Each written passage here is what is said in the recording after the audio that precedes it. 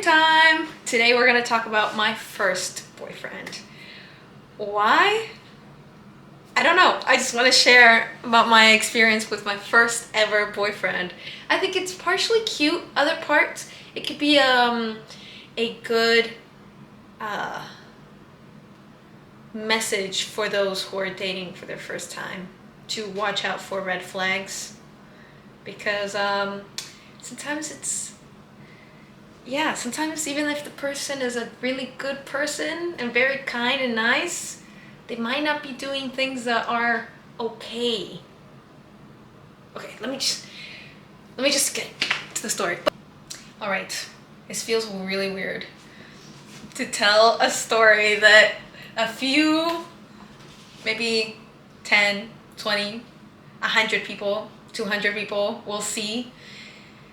Like, I haven't really said anything, but thanks for all those who have subscribed and are watching my videos. Sorry, I'm getting shy. Okay. I gotta hype myself up. Do it. You can do it. All right, here it is. You guys are here for the tea. The tea is my first ever boyfriend was when I was 18. Yeah, it took a while. I came from a family that they were very old school, and I was okay to follow those rules because I really respected the opinions of my parent. So the rules were no first kiss until the 18th birthday, and no boyfriend until the 18th. I could have someone in line for that, but I just can't have the title boyfriend and girlfriend. So this is what happened. I met this boy in this church, youth group, yes. It was our high schools. The same guy who came in to preach at our Christian club also preached at a nearby high school, and that he would bring those two groups together in this nearby church during Sundays, I think, or Fridays. I forgot when it was, but it was after school or during the weekend. I don't know, it was some youth group.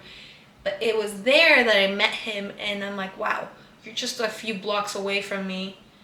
We could literally visit each other, and we're not that far, and you're also Christian. Why don't we continue talking and being friends? So that's what happened, right? That's what happened. It was cute. All lovey-dovey puppy love. He would hold my hands. We'd walk down the street, kiss on the cheek, arm around the shoulder. It was very cute and everything. And he knew right off the bat that I had a rule, okay? Many rules, but this is the one rule that I would not break, and that is I'm saving myself till marriage. That hasn't changed since then. Even though I'm 23 years old now, that will not change even if I'm 30, unless I get married before then. So yeah, I told him, hey, look, you're a great boy. I'm just letting you know that if you continue talking to me and something happens in the future, just know that I'm saving myself to marriage, so that means no. Right? So.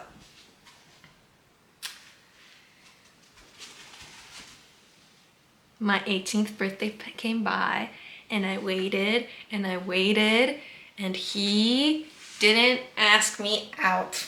I felt so bad. I'm like, what was the point of going to prom together, seeing each other, if he was not going to ask me out? So we were walking back, because we also volunteered in the same location, because we need hours to graduate. And we were walking together towards my house, and I said,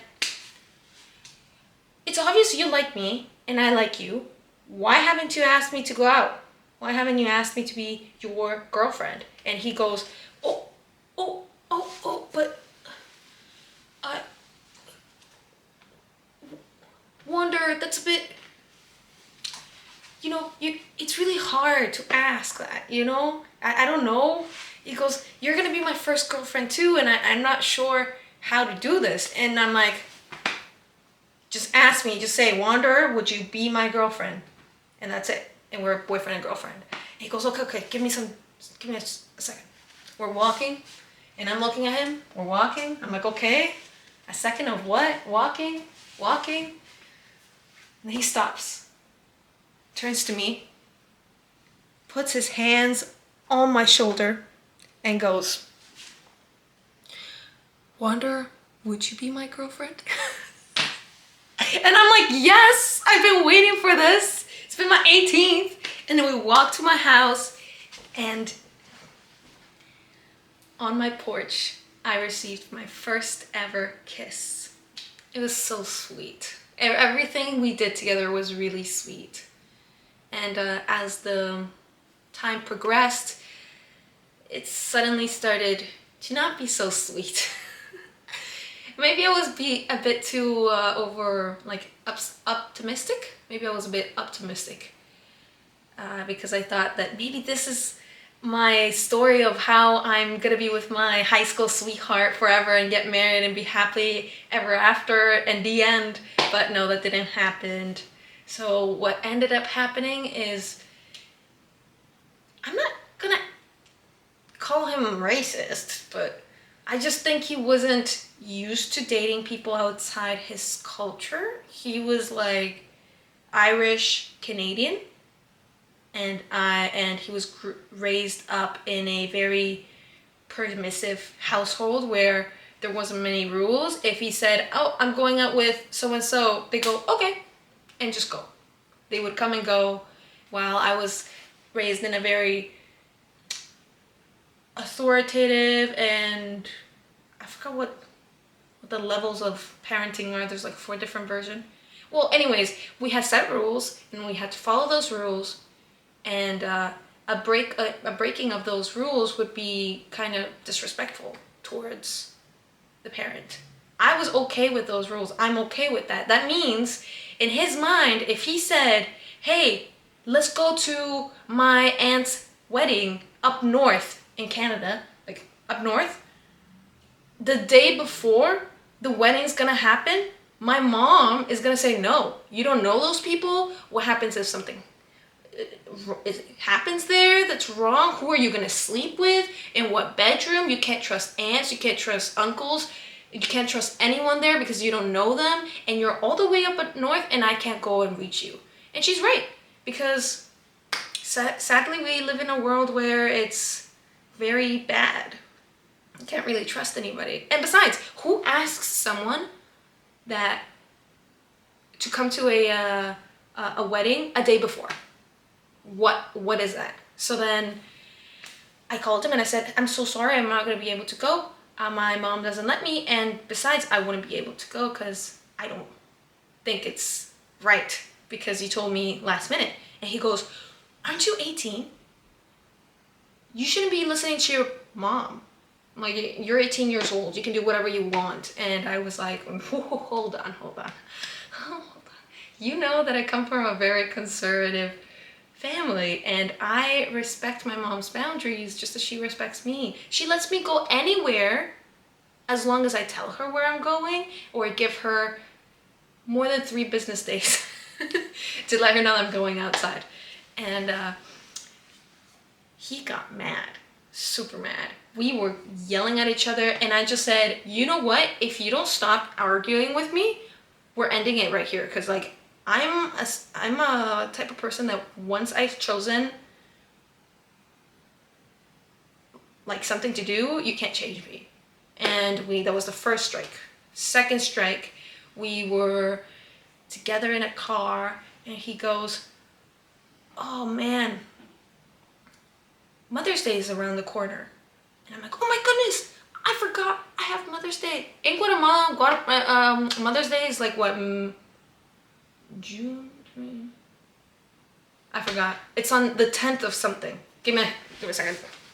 12th. Okay, so Canada, Mother's Day, May 12th. Guatemalan Mother's Day is May 10th. And I'm like, "Oh my goodness, my Mother's Day is closer than yours. I need to go pick up my mom's gift soon." And he goes, "But don't you live in Canada now?" I'm like, "What does that mean?"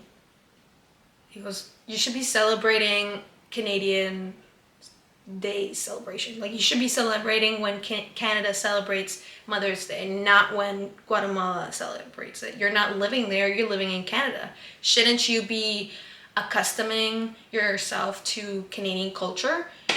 I was like, but if I celebrate it on May 12th, it doesn't hit the same as celebrating on May 10th, because this is coming from my mom, who's more attached to Guatemala than Canadian culture. So it wouldn't make sense if I would bring her something on another day that's not supposed to be that day. It's like, no. And I'm like, I'm gonna celebrate that. Do you have a problem with it? He goes, yeah, you shouldn't celebrate it on May 10th. And I'm like, I'm gonna continue celebrating on May 10th forever. And you ain't changing that. And by the way, during Christmas, I celebrated on the 24th, not the 25th. And if you got the problem with that, that's your problem, buddy. You ain't changing me. He started going down this rabbit hole, and we started yelling at each other, screaming at each other, and then he got so mad. And that's when I went, again, if you continue down this path, I'm going to break up with you, because I'm not going to change this. I celebrated on May 10th, Mother's Day, Christmas, December 24th. That's my culture, and that's how I celebrate it. He goes, but you ain't gonna Canada.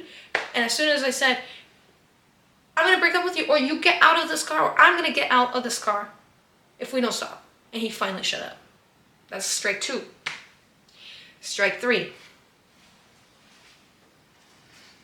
Tell me why this man started to push me to have with him when I strictly told him I'm saving myself till marriage. It's like he didn't understand. I'm like, I'm sorry, but you knew before. I cannot. And he kept doing it. He thought he was slick. He kept saying, oh, why don't you come sleep over at my place? Or, you know, maybe we should go together at these like very secluded, I have a basement, and maybe we can spend the night. Or he would do things that would like try to push me to say yes, and I would say, no, I already told you once, told you twice, no. And he would be very touchy. Like, I'm okay with that, like that's normal, but for me it's not normal. And he would say really weird things like, you know, I don't like women that wear makeup. I like you because you wear makeup. I was wearing makeup when he told me that. He couldn't tell between makeup, like natural beauty, and makeup that's natural, like the natural look. I'm very towards a very natural look in my makeup because I don't wear that much. I usually just put it under for my eye bags. I don't even know the names of makeup things, but I was still wearing makeup, and I was even wearing eyeshadow, but all nudes and natural, so it would polish my look. And he still told me that. And you know what he said another day? He goes, I feel like clothes tell a lot about us. You know, your beautiful orange dress that had black flowers. I feel like the orange dress really suits you. You're a very bright personality, but the black flowers just shows that you have imperfections and you're not perfect. Excuse me? I got so mad at him. We were in the train when that happened. I started going at him because he said that. And then the last strike, which I feel like this might be very bad on my part, and you might think, oh, this is really bad. His family life wasn't that greatest. His parents were divorced, and his mother was kind of an alcoholic, and under her roof during a party, let's just say his younger sister got taken advantage of because the mom was drunk somewhere else.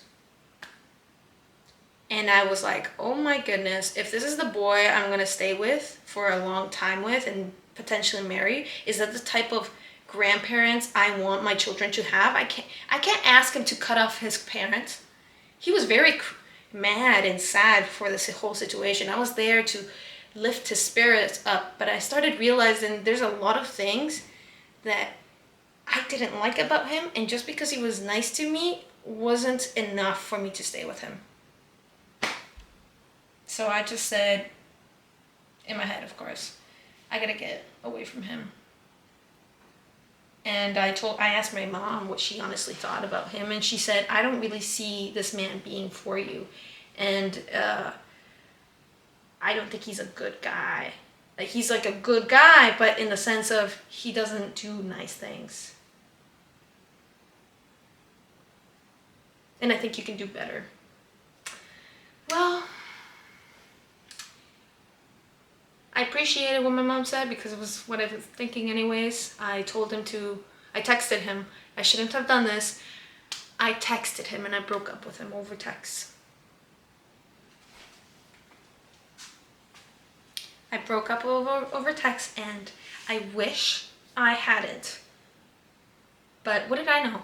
It was my first boyfriend ever. And then he texted me, can we meet in person? He came in with a sheet, like multiple sheets in his hands with questions, because he was going to question me on things. He goes, okay, what happened? What went wrong? Why do you think this is happening? And he was like trying to fix it. And I wish I had been more honest and told him all the problems and red flags that I was ignoring. But this brings me to a verse. This is for everyone looking for love and you're wondering what type of man you need to be looking for. Hold on.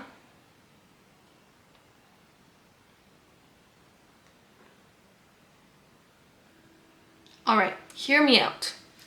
Where can we find some good advice about love? Well, God. God gave us a Bible and with instructions, and he knows everything. So let me tell you what he says about love, okay? 1 Corinthians 13, 4-8.